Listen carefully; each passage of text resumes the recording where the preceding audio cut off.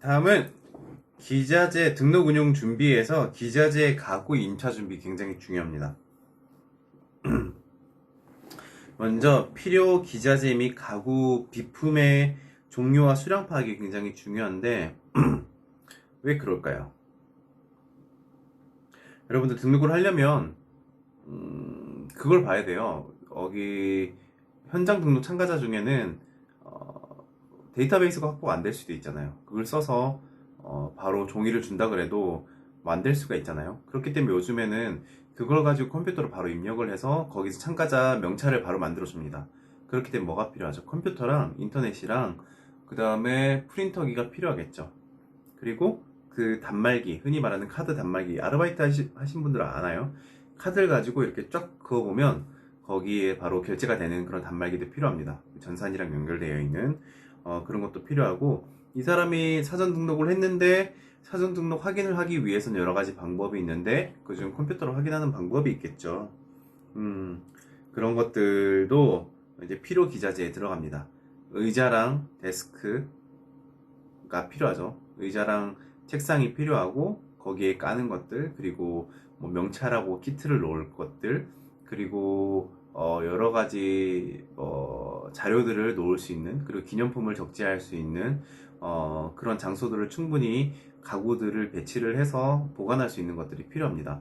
그리고 회의가 마치고 난 뒤에 어떻게 할 거예요? 그렇게 등록을 위한 현장 등록이 첫째 날이 있을 수도 있는데, 전시 같은 경우에는 특히 뭐 이틀, 3일 계속 받을 수 있잖아요. 그렇기 때문에 거기에 있는 자료들이나 기타 것들이 다 흔히 말하는 재산이기 때문에 그런 것들을 보관할 수 있는 어떤 가구들이 필요한 거예요, 여러분.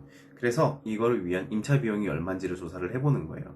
이게 사전 등록이 사실상 되어 있고 데이터베이스가 되어 있으면 이게 얼마 정도의 공간이 필요하게 되고 가구 수는 그만큼 줄어들게 되겠죠.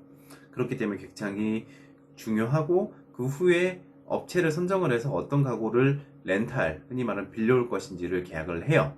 그래서 실질적으로 임차 계약서를 작성을 해서 계약을 하는 게 필요합니다. 자, 그런 다음에 등록자 수교물을 준비를 해요. 등록자 수교물을 아까 전에 말했던 명찰 작업이 필요하고, 그 다음에 사전 등록자 개인 봉투 작업이 필요해요.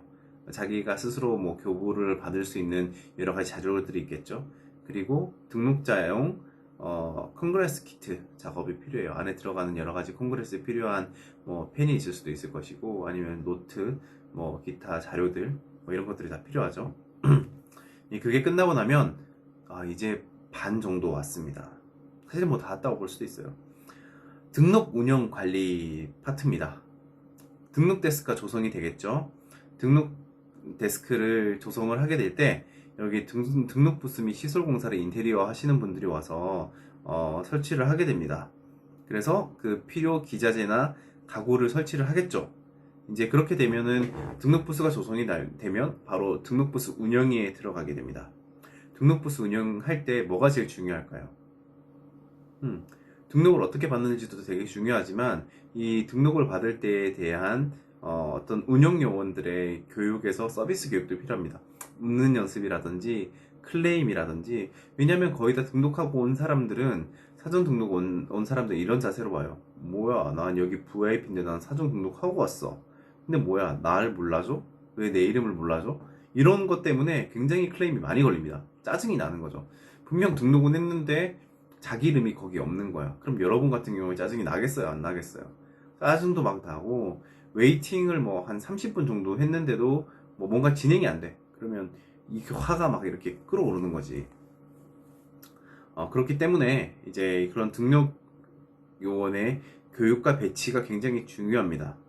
그래서 사전 등록 부스랑 원활히 하기 위해서는 이제는 실무적인 건데, 사전 등록 부스랑 이제 현장 등록 부스를 나눕니다. 왜냐면 사전 등록 부스가 빠르잖아. 사전 등록은 확인만 되면 거기에 만들어 놓거든요. 사전 등록한 사람들은 거기에 이름이나 그 모든 거나 이 사람 레벨이나 뭐 허용할 수 있는 정보나 이런 것들이 다 정해져 있기 때문에 키트를 다 패키지를 만들어 놔요. 사전 등록한 사람 거는 미리 만들어 놓고, 사전 등록 이 사람의 신분 확인만 되면 바로바로 키트를 나눠주고 빨리 안에 입장할 수 있게끔 돕습니다.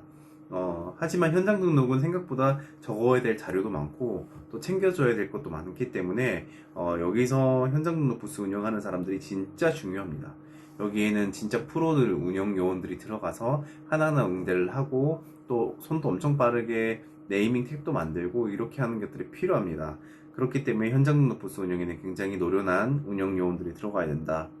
그리고 그게 등록 부스가 등록이 그날별로 다 끝나고 나면 일일 등록 현황을 적어야 돼요. 오늘 온 사람은 몇 명이고 오늘 온 사람들의 비용은 얼마고 몇 사람 온 거에 따라서 거기에 오늘 결제를 받았던 그 금액에 대해서 결산을 해야 됩니다. 그래서 그 일일 등록 현황을 정리를 하고 나서 등록비 정산을 정확하게 한 다음에 참가자 수랑 이걸 비교하게 되는 거예요. 카운팅을 하게 되는 거죠. 이게 차후 몇 명 정도 참석을 했고 얼마 정도의 등록비를 모인 거에 따라서 이 회의의 성공 여부가 결정된다고 말을 했습니다. 그렇기 때문에 굉장히 이거 중요합니다. 그리고 이 모든 것들이 다 끝나게 되면 클로징은 따로 뭐 이제 등록 운영 데스크를 할 필요는 없어요.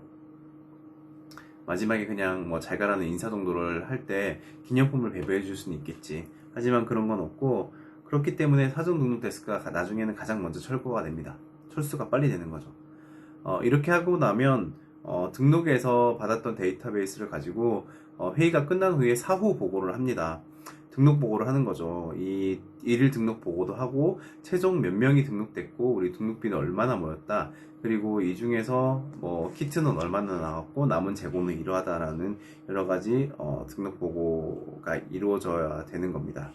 여러분, 이 프로세스를 다시 한번 설명을 드리면 등록비 계획을 하고 먼저 그렇게 한 다음에 모든 게 등록비가 결정되고 등록비 결제 계획이 수익이 되면 참가자를 독려를 하는 거죠. 우리 회의에 와라. 우리 등록 신청서 줄 테니까 얼른 사전 등록해. 사전 등록 만약 못하게 되면 현장에서 등록을 해도 돼. 그러니까 얼른 와. 그래서 어느 정도 데이터베이스가 구축되면 등록 운영을 준비를 하는 거죠. 여러 가지 참가자용 물품도 준비하고 등록 부스나 기자재 또 가구들을 준비를 해서 빌려줄 계약을 다 하고 그 다음에 참가자들이 가져갈 여러 가지 수교물들을 정리를 하는 거예요. 준비를 하고 그런 다음에 막상 등록이 시작되면 등록 데스크를 조성해서 등록 부스를 운영하는 거죠. 등록 부스에서 사전 등록 그 다음에 현장 등록을 나뉘어서 현장 등록이 다소 느리니 사전 등록이 빨리 끝나고 나면 현장 등록 팀에 붙어서 같이 도와주면서 빨리빨리 현장 등록을 정리를 해야 된다. 그리고 이게 끝나게 되면 사후 보고에 여러 가지 정산들, 일일 등록이라든지 최종 등록을 통해서 몇 명이 왔고 얼마 정도 비용이 잡혔는지를 본다. 이게 등록 업무의 어떤 프로세스입니다. 좀 더 디테일하게 한번 가보겠습니다. 사전 등록이 계속 중요하다고 언급을 하잖아요. 진짜 사전 등록을 잘 유치를 하고 이끌어내는 사람이 나중에 회의에 있어서 굉장히 실력자라고 인정을 받게 됩니다. 자, 사전 등록은 어쨌든 이런 중요성이나 장점이 있습니다. 먼저 정리를 해보면 사전 등록비가 현금상 자금 운용에 굉장히 융통성이 커집니다. 흔히 말하는 사전에 돈이 확보되기 때문에 자금 운용의 융통성이 커지기 때문에 근데 호텔 블록을 할 때도 비용이 싸지고요. 회의실 블록도 어느 정도 계약금을 걸어냈기 때문에 뭐 일정 조율도 굉장히 원활하고요. 그리고 현장 등록자가 적게 되면 사전 등록자가 많으면 현장 등록주가 현저히 줄게 되겠죠. 그렇게 되면서 현장에서의 등록 업무를 굉장히 간소화할 수 있다. 시간이 빠르게 될 수 있죠. 패스트 아까 전에 했었죠. 그걸 실현시킬 수 있다. 그리고 등록 데스크의 운영 요원을 적게 배치할 수 있어서 인건비 절약이 가능하다. 그리고 등록 데스크의 설치 및 동선을 정말 단순화시킬 수 있기 때문에 이런 부분도 굉장히 중요하다. 그럼 현장 등록에 대해서 조금 알아보겠습니다. 현장 등록자는 등록을 사실 위해서는 현장에서 바로 등록을 해야 돼요. 사전 등록을 못하는 사람들은 사실 사전 등록비에 비해 한 1.5배 정도가 비쌉니다. 2배 가량도 비싸고 그렇게 높은 가격을 측정을 해서 사전 등록을 유도하는 게 필요해요. 왜냐면 이 정도 컨벤션에 참가를 했으면 현장은 무조건 등록을 하거든요. 여기까지 와서 컨벤션에 왔는데 현장 등록을 안 하는 사람이 없어요. 그렇기 때문에 조금 높게 받아도 됩니다. 그래서 현장 등록자는 등록을 위해서 줄을 서야 되는 불편함을 감수해야 되지만 약간의 불편함을 겪은 다음에 와 이거 사전 등록하는 사람들이 스루패스로 막 들어가 빨리 받아서 바로바로 들어가는 거지. 그거 보고 나도 다음 회의 때는 나 사전 등록해야겠어 라고 생각을 하게 돼서 하게 되는 거죠. 이게 사실은 모든 어떤 행사나 사업에서도 다 적용이 됩니다. 잠시 뭐 이런 핵심적인 어떤 프로세스를 말을 하자면 외식업을 먼저 예를 들어 볼게요. 여러분은 관광학도니까 외식업을 먼저 예를 들어 보겠습니다. 외식업에서 뭐 그날 당일에 우르르 막 사람이 뭐 원래는 한 300명 하루 300명이 오는 레스토랑인데 그날따라 뭔가 터진 거야. 한 1000명 정도 갔어. 그러면 봤다 재료가 솔드아웃 되겠죠. 그럼 나머지 700명을 다 놓치잖아요. 너무 안타까운 일이잖아, 그쵸? 그렇게 되는 경우가 있기 때문에 뭐 못 받는 경우도 생기고, 또 하나는 뭐냐면 이번에 그 1000명이 왔기 때문에 내가 생각을 하는 거야. 1000명 오니까 이번에 1000명 거 준비해야겠다, 식자재를. 자재들을 막 준비해, 음식 재료들을 준비했는데 막상 그날에 100명이 왔어. 그럼 어떻게 돼요? 900명의 나머지 900명을 준비했던 재료들은 다 버려야 되잖아, 상하거나. 엄청난 손실이 일겠죠. 이게 바로 수요 공급의 관리라고 합니다. 정확하게 경영이나 마케팅 부분에서는 수요와 공급의 관리라고 하는데, 수요는 생겨나는 거고 공급은 제공해 주는 거예요. 그쵸? 쉽게 말하면 수요가 영화를 볼 사람들이 1000만 명이 있으면 거기에 맞는 영화관이 1000만 명을 수용할 만한 우리나라의 공급관이 있어야겠죠. 그게 바로 공급이라고 해요. 영화관을. 그것처럼 수요 공급의 탄력성이 굉장히 중요합니다. 컨벤션도 그대로 적용이 된 경우고요. 호텔도 마찬가지입니다. 호텔도 미리 외식업 하다가 말았네. 외식업에서 그래서 이 수요 공급을 탄력한을 조절하는 방법이 뭘까요? 바로 예약제를 받습니다. 너무 잘 되는 곳은 사실 예약을 안 받아요. 하지만 그 예약제를 미리 받음으로써 처음에 예약수에 대한 확실한 식자재를 준비하면 되는 거잖아요. 그쵸? 룸을 준비할 수 있고, 그렇기 때문에 예약을 받게 되면 굉장히 좋은 부분이 많이 생겨납니다. 기본적으로 바닥에 깔고 가는 매출이 있는 거죠. 거기다가 더 이상 어느 정도 준비를 할 건가에 대한 예산을 추려해서 식자재를 나머지를 예약 빼고 준비를 하게 되는 거죠. 그러면 상당히 리스크가 작아집니다. 호텔도 마찬가지예요, 여러분. 호텔도 그래서 예약을 많이 받아요. 왜냐면 현장에서 사실은 예약 부분이 가격이 더 저렴한 건 맞아요. 비행기도 마찬가지고, 비행기는 1년 전에 끊는 비행기 굉장히 저렴한 거 아시죠, 여러분? 아니면 그 전날에 땡처리 항공으로 끊는 것도 굉장히 저렴하고, 호텔도 마찬가지인데, 예약 사이트에 이런 곳에서 기간이 많이 남았으면 많이 남았을수록 가격이 굉장히 쌉니다. 왜냐면 미리 사전 등록을 함으로써 우리가 수요 공급을 조절할 수가 있거든. 그쵸? 그날에 있는 받아야 되는 손님에 대해서 핸들링을 할 수 있는 거예요. 그렇기 때문에 수요 공급 탄력성을 지키기 위한, 실현시키기 위해서 사전 예약이라든지 사전 등록을 받는 거예요, 여러분. 상식적으로 알고 있으면 좋을 것 같습니다. 다음은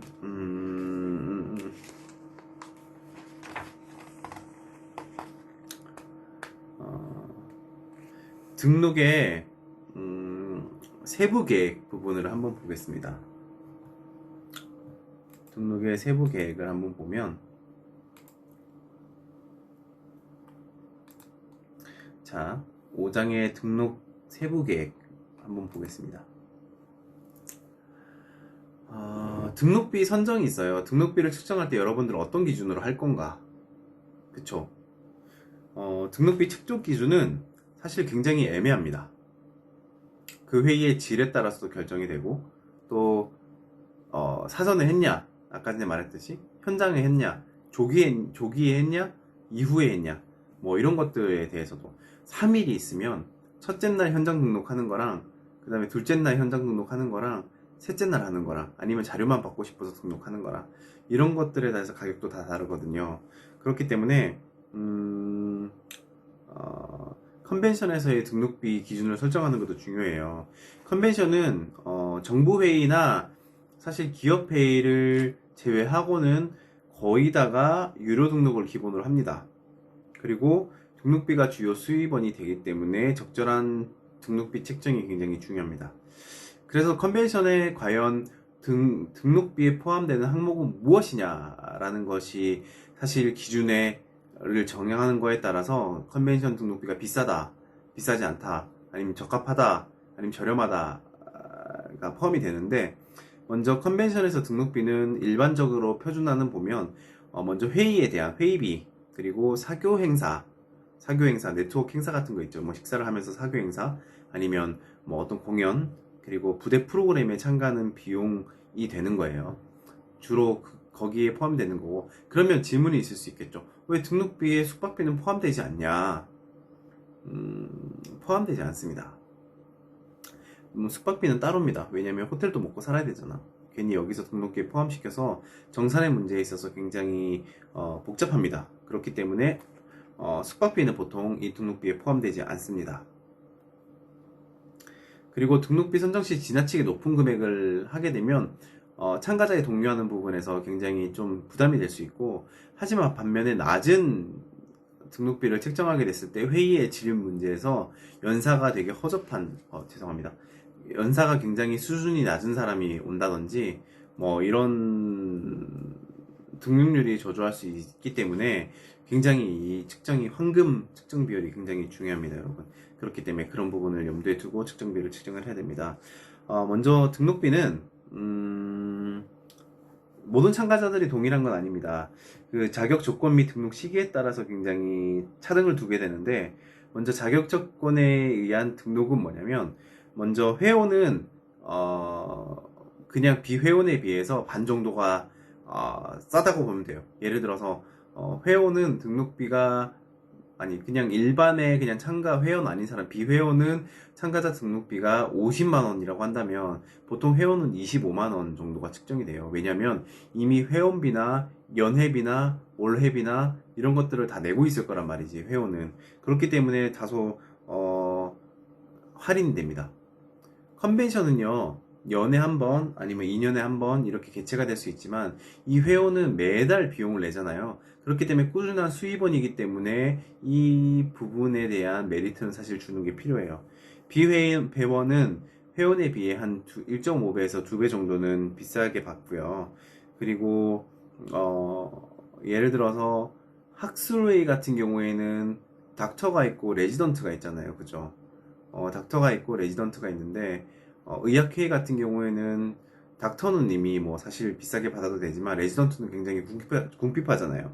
그렇기 때문에 레지던트나 아니면 뭐 학생, 뭐 아니면은 주회의 참석자가 아닌 동반자, 이런 사람보다는 저렴한 금액이고, 또 초청 연사, 여기서 발표하는 사람들이나 초청의 어떤 뭐 키노트까지는 아니지만 연사 같은 경우에 좌장이나 연사 이런 사람들은 사실 등록비를 면제해 주기도 합니다.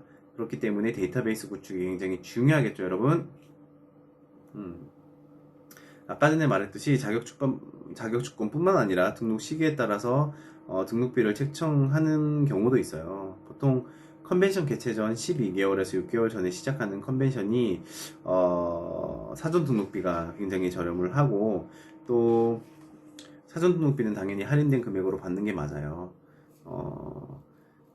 사전 등록 중에 조기 등록도 있어요. 사전 등록증 중에서도 얼리버드와 뭐 이런 것들이 있거든요. 사전 등록하는 사람 중에서도 12개월을 기점으로 12개월에 잡은 사람은 제일 싸고, 또 사전 등록 중에 6개월까지가 회의가 개최되기 전까지가 사전 등록이라고 하면 사전 등록 기간을 둬요. 예를 들어서 1년이 남았다. 그러면 1년이 12개월이잖아요. 그러면 사전 등록은 우리가 6개월까지만 받겠다. 아니면 10개월까지만 받겠다고 치면, 처음에 오픈하자마자 조기 등록하는 팀, 그 굉장히 제일 최대한으로 할인이 많이 됩니다. 어쩌면 무료도 있어요. 그대로 그런 거. 그리고 뭐 사전 등록, 그 다음에 사전 등록이 한 3개월이나 뭐 6개월 전에 하는 경우도 있고, 그리고 바로 사전 등록 종료 직전에 하는 게 있고, 이런 거에 따라서 차등 비율을 다 주게 됩니다. 이것도 여러분들 구간을 설정을 하려고 하면 끝도 없습니다. 그렇기 때문에 조기 등록 시스템이나 사전 등록 시스템을 굉장히 홍보를 많이 하는 게 필요합니다. 특히 컨벤션 등록비가 비싼 의학회일수록 조기 등록이나 사전 등록이 빨리 마감이 됩니다. 현장 등록하는 사람이 많이 없다는 말이죠. 그렇습니다. 자, 한 10년 전에 의학학술대회 등록비를 한번 볼게요. 먼저 조기 등록한 의학학술대회에 조기 등록한 비용이 당시 1년 전에 등록을 할 때는 US 250불 정도, 거의 뭐 한 30만원 되겠죠? 그쵸? 250불이면 그쵸? 30만원 되겠죠? 조기 등록 시작하자마자. 하지만 사전 등록했다, 그런 거는 한 40만원 정도 되고, 현장 등록은 한 45만원에서 50만원 정도 됩니다. 하지만 전문의, 그러니까 전문 닥터가 아닌 레지던트나 아니면 대학원생, 의학 대학원생 같은 경우에는 조기 등록이 100불 정도밖에 안 합니다. 뭐 120만원 정도겠죠. 사전 등록도 100불이에요. 그쵸? 조기 등록, 사전 등록은 같아요. 하지만 현장 등록은 150불 정도 받아요. 1.5배 정도로 받는 거죠. 하지만 전문의보다 거의 50% 이상 쌉니다. 동반자는 거의다가 레지던트나 학생하고 같이 가는 경우도 많아요. 하지만 천촌영사는 무료 이렇게 측정이 되는 경우도 있고, 그 다음은 등록비, 사실 산출 방법이 있어요. 이 자료에는 없는데, 등록비 산출 방법은 보통 국제기구나 단체가 주최하는 컨벤션에 UIA나 뭐 이카 아니면 UN 이런 곳에 컨벤션 같은 경우에는 등록비와 등록기간을 국제본부에서 결정하는 경우가 많아요. 그래서 전차 대회, 흔히 말하는 전에 열었던 국제 대회를 등록비를 기준으로 해서 개최국의 물가 상승률 대비해서 보통 감안해서 측정을 합니다. 그거는 자기 스스로 측정을 하는 건 아니고 회계사나 아니면 그 나라의 경제학자들에 의해서 출산을 해서 보통 하기도 합니다. 등록비 책정 방식은 세 가지가 있어요. 뭐가 있냐면 버텀업 방식이 있고, 브로드밴드가 있고, 그 다음에 샤라 토러런스라는 방법이 있어요. 먼저 버텀업 방식에 대해서 한번 보겠습니다.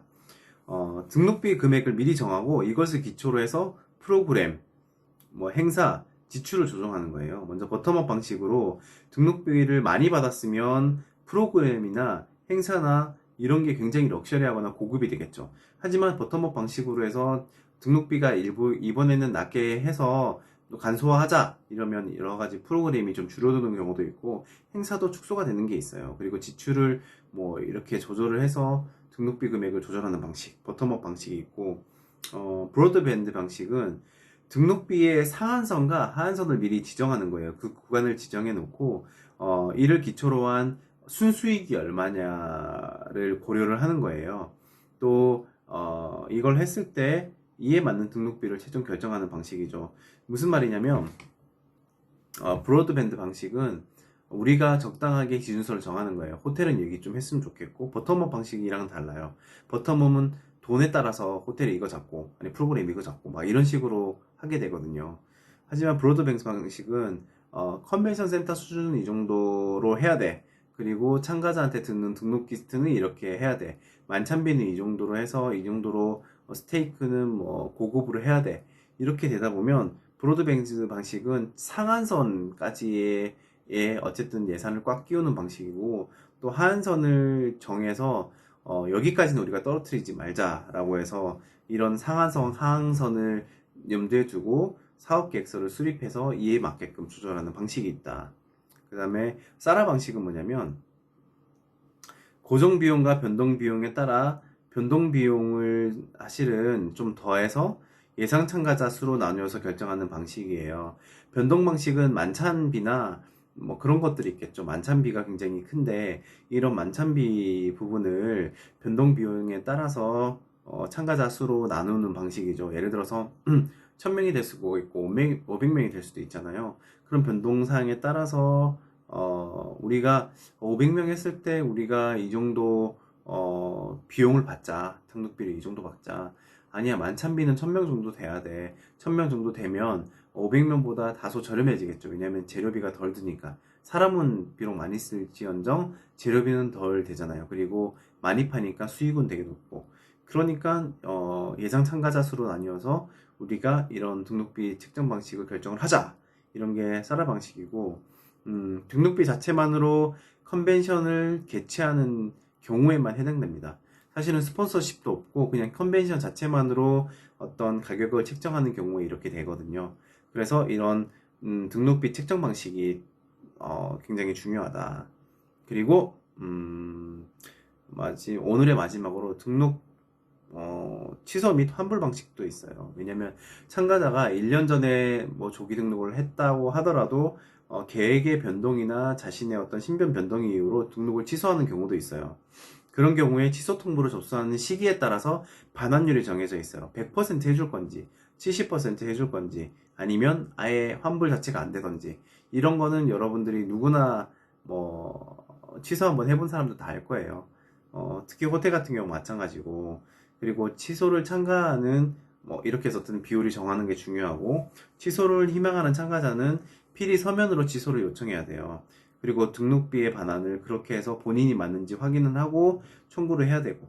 그래서 환불 정책은 반드시 안내서나 홈페이지를 통해서 고지가 되어야 됩니다. 여기까지가 등록의 어느 프로세스까지의 한 3분의 2 정도 온 것 같아요. 아직 더 남았습니다, 여러분. 다음 시간에 추가로 더 하겠고, 뭐 다음 시간에 온라인 프로그램의 필요성이나 등록에 대한 자세한 내용, 그게 요즘 트렌드이기 때문에 그런 방식을 좀 고수하는 방식에 대해서 여러분들에게 강의를 하겠습니다. 오늘도 고생했고 다음 시간에 뵙겠습니다.